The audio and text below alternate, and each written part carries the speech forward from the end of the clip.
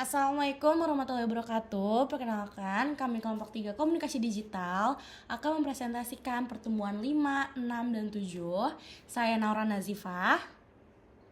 Saya Hana Sawa. Saya Davina Miranda. Saya Nahila Putih Azara. Saya Kilingga Putra.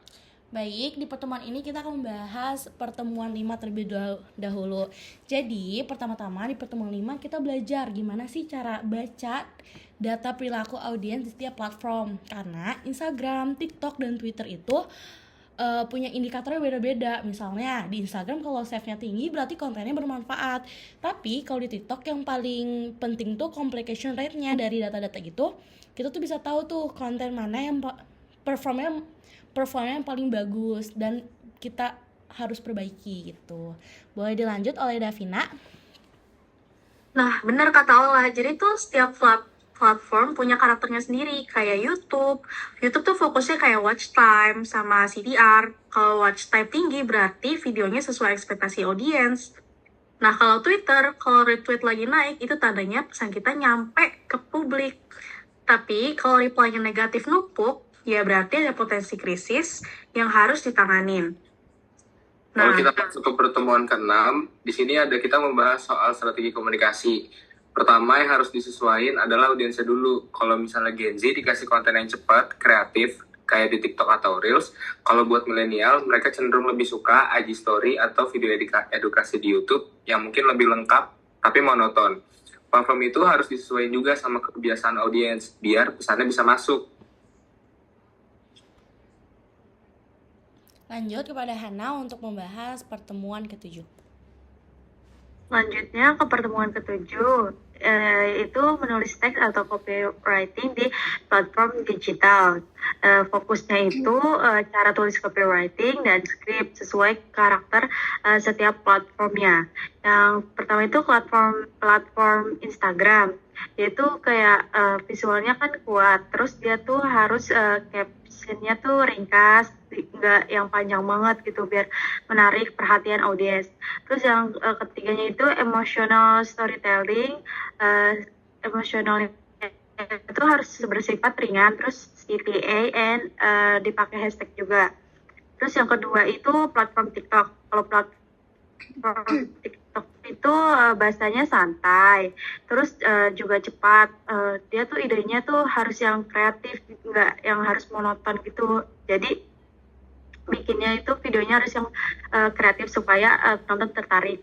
Terus suka kalau Gen Z kan sukanya pakai kayak pakai slang atau teks-teks yang Gen Z banget lah, bukan teks yang monoton gitu kan.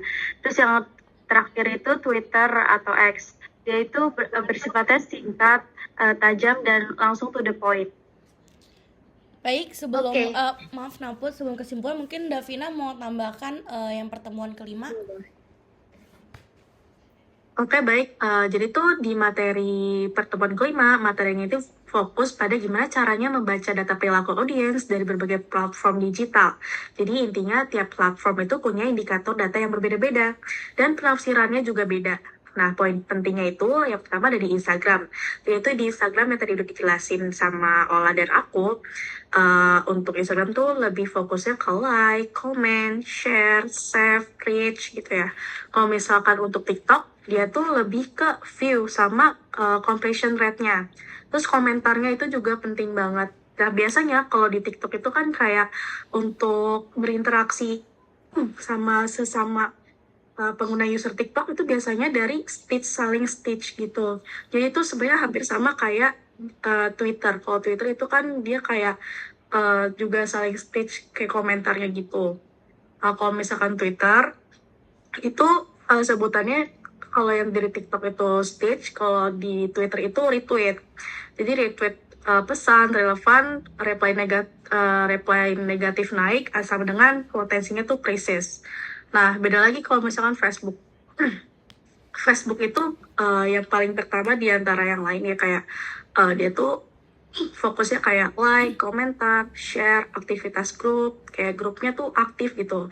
Dia tuh lebih ke komunitas. Jadi kalau misalkan kalian lihat gitu ya, di Facebook tuh banyak banget komunitas-komunitas kayak misalkan komunitas motor atau komunitas misalkan fans-fans dari suatu grup gitu ya, misalkan JKT48 itu lebih banyak tuh di Facebook gitu. Kalau misalkan mau apa sih, kayak fans grupnya tuh lebih fokus tuh di Facebook gitu, kalau misalkan untuk yang bergrup apa sih, kayak grup gitu. Iya. Nah, kalau misalkan YouTube, dia tuh fokusnya kayak watch time, view duration, like, CTR, gitu. Kalau misalkan konten sesuai ekspektasi, CTR-nya rendah, sebenarnya judul atau thumbnail-nya tuh kurang menarik, gitu. Baik. Itu aja sih kalau dari aku. Makasih Davina tambahannya. Mungkin boleh selanjutnya Nela Putri untuk mengasih kesimpulan dalam pertemuan kita kali ini. Oke, mungkin dari semua pertemuan ada kesimpulannya nih. Sebelum bikin konten, kita harus lihat datanya, terus juga tentuin strateginya, baru bikin yang namanya itu teks yang sesuai platform. Misalnya contohnya nih ya, kayak mau glow up, mau glow up tiap hari. Yuk cobain tips ini, save dulu biar nggak lupa gitu. Dan boleh juga ke tagline yang lainnya. Mungkin di sini aku mau contohnya nih tentang namanya copywriting ya. Di sini tuh ada yang namanya fokus cara tulis copywriting dan script sesuai karakter platform.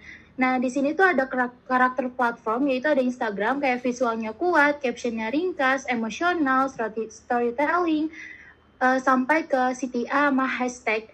Nah, itu tuh hashtag perlu banget untuk di media sosial, karena untuk mencari view atau penaikan pre-brandingnya gitu tuh harus dilihat dari berapa banyak yang nonton dan berapa banyak yang melihat. Dan gak cuman itu, di TikTok pun juga sama, kayak bahas santai, cepat, kreatif, atau pakai slang Gen Z kayak pakai teks gitu. Nah, ini tuh di TikTok juga sama kayak platform Instagram, itu perlu banget rebrandingnya juga, kayak branding tentang apapun itu, tapi ada hashtagnya agar ketika scroll Reels ataupun TikTok itu bakal bermunculan setiap hari, dan kita tahu nih, oh ternyata benar ya kalau semisalnya hashtag itu atau tagline tuh dibutuhkan banget di setiap platform, nggak cuman TikTok atau Instagram, tapi YouTube juga. Nah, mungkin dari pertemuan yang udah dibahas oleh Ola, Vina, dan Akil, dan Hana, kita juga mempunyai branding masing-masing, gimana cara nge-brandingin diri sendiri dengan cara kita sendiri. Nah, karena hari ini kita sudah bahas tentang branding dan gimana caranya memakai media sosial, dan apalagi memakai tagline yang benar dari kita semua dan dari kalian juga dan dari teman-teman. Mungkin di sini kita sudah selesai kali ya, Ola, untuk pertemuan kali ini. Iya, pertemuan kita dalam pertemuan komunikasi digital, pertemuan 5, 6, dan 7 yang kita bahas hari ini.